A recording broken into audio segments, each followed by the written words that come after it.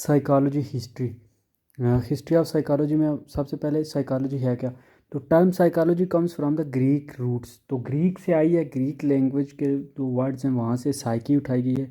Psyche word जिसका मतलब है सोल और mind, and logos meaning word और स्टडी, कि सोल की स्टडी है या माइंड की स्टडी है। ठीक है, पहले समझा जाता कि सोल की स्टडी, फर्स्ट जो साइंटिस्ट थे वो इसे डिफाइन करते थे study of soul, but later scientist explain that it is very religious perspective, so they change psyche mean to mind, and change their definition of psychology, and new definition of psychology is the study of behavior and mental processes.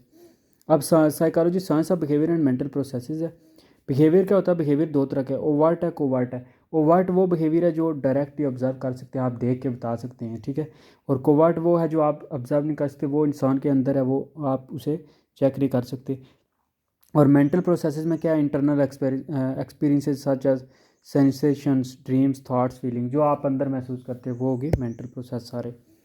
अब four गोल हैं psychology के। सबसे पहले कि describe किया जाए कि हो क्या रहा है, व्हाट इज़ हैपनिंग। इसमें आप बिहेवियर देखते हो, फिर टेकिंग नोट करते हो उसको, और एवरीथिंग जो हैपन हो रही है आप उसके बारे में कहते हो। फिर आप जो ऑब्जर्व डिस्क्राइब करने के बाद उसको फिर एक्सप्लेन करते हो। ठीक है, कि क्या क्यों हो रहा है, अंडरस्टैंड करते हो, फिर एक्सप्लेन करते हो इसको। फिर आप प्रिडिक्ट करते हो कि क्या ये दोबारा होगा फ्यूचर में, फिर आप उसे कंट्रोल करते हो कि आप उसे चेंज कैसे कर सकते हो। तो ये साइकोलॉजी के चार गोल हैं, डिस्क्राइब करना, एक्सप्लेन करना, प्रिडिक्ट करना और कंट्रोल करना। अब 387 में प्लेटो ने कहा कि believed innate idea suggest that the brain is the seat of mental process. तो ये जो प्लेटो था ये बड़ा आइडियलिज्म बड़ा था, आइडिया को बड़ा पसंद करता था, तो इसने आइडिया के बारे में कहा था कि ये इनेट आइडिया है जो ब्रेन सजेस्ट करता है। फिर 335 BC में क्या किया जी, अरिस्टोटल ने आर्गू किया और उसने कहा जी कि heart is the seat of mental process. Aristotle ने फिर हार्ट पे जो है ना वो जोर दिया। उसके बाद 430 BC में हिपोक्रेट्स ने कहा जी कि mental illness is cause by the four major body liquids. तो उसने कहा जी कि जो मेंटल इलनेस है वो चार बॉडी की वजह से होती है, चार बॉडी के जो फ्लूइड्स हैं जिनमें ब्लैक बाइल है, येलो बाइल है, पेलगम है और ब्लड है। फिर 1649 को रेन डेस्क्रेट्स ने pineal gland as a seat of the soul, इसने जो ग्लैंड थे उनको सीट कहा गया जी सोल का। ठीक है, फिर जॉन लॉक ने mind at the birth is a blank slate.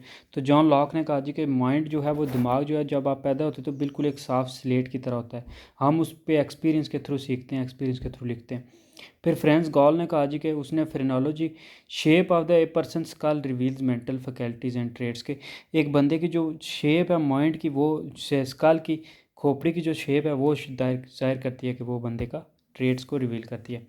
फिर 1848 में जो है ना Phineas Gage suffers from brain damage that alter his personality. तो पर्सनैलिटी के बारे में फिर कंसेप्ट है कि जो उसका ब्रेन डैमेज हुआ है वो पर्सनैलिटी के उसकी पर्सनैलिटी पे इफेक्ट कर रहा है।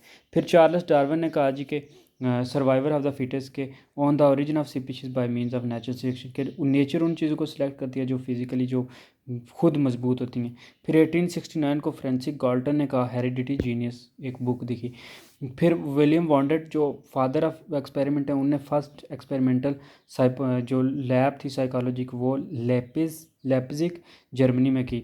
वो स्ट्रक्चरलिज्म इन्होंने दी। एडवर्टेंचर ये फोकस करते हैं कि studying building block structure of the mind, के माइंड का स्ट्रक्चर जो है उस पर स्टडी करते हैं।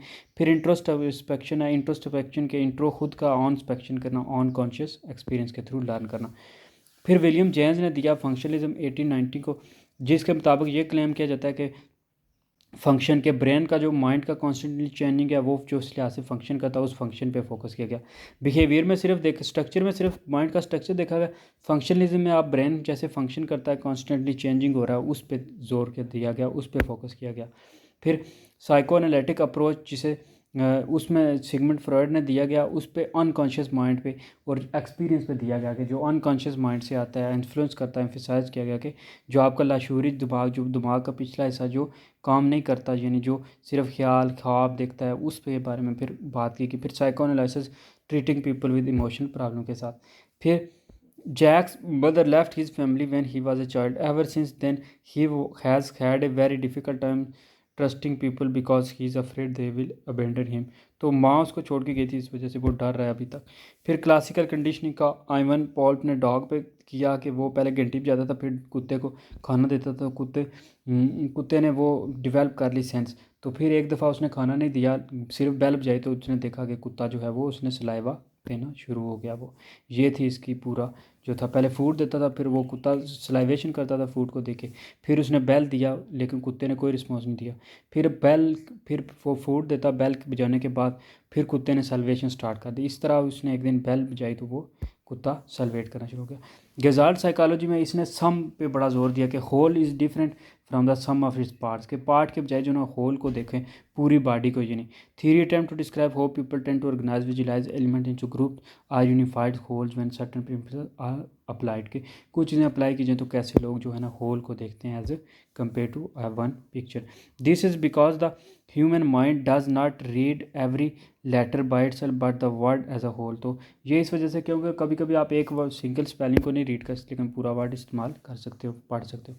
बिहेवियरिज्म जॉन बी वाटसन ने दिया, ये ऑब्जर्वेबल बिहेवियर के बिहेवियर जो पीपल आपको कंट्रोल कर सकते हैं इन्वायरमेंट के साथ, या वो बिहेवियर जिसे आप देख के कह सकते हो कि ये अच्छा गुड बिहेवियर है, बैड बिहेवियर है, कोवर्ट है, ठीक है, ये ओवर्ट है।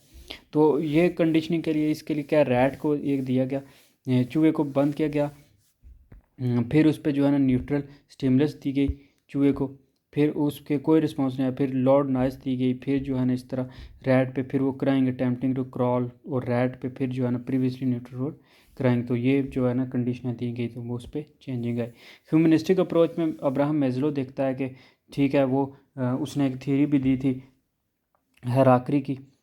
उसमें क्या होता है कि सबसे पहले साइकोलॉजिकल नीड्स आपकी पूरी होती हैं, फिर सेफ्टी नीड्स आती हैं, फिर बायोलॉजी बिलोंगिंगनेस, फिर एस्टीम नीड्स, और फिर सेल्फ एक्चुअलाइजेशन। इसमें कार्ल रॉजर्स ह्यूमन पोटेंशियल दिया गया कि every one striving to reach highest potential. फिर APA जो है ना वो यूज़ होता है diagnostic and statistical manual of disorder, और अल्बर्ट बेंड्रा ने जो है ना बोबो डोल स्टडी कंडक्ट की।